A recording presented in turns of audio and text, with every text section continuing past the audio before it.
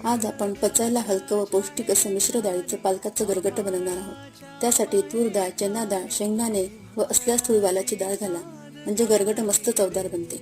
यासाठी डाळी व शेंगदाणे 2 तास भिजत घातले किंवा न भिजवता तुम्ही लसूण, हिरवी मिरची, हळद, तेजपान घालून कुकरच्या 4-5 शिट्ट्या करून घेऊ शकता। धुवून बारीक चिरून घेतलेलं पालक, टोमॅटो, कोथिंबीर काढ्या, मीठ, हिरवी मिरची घातली व पालकाचा रंग हिरवा राहण्यासाठी साखर व निंबू पिळलं।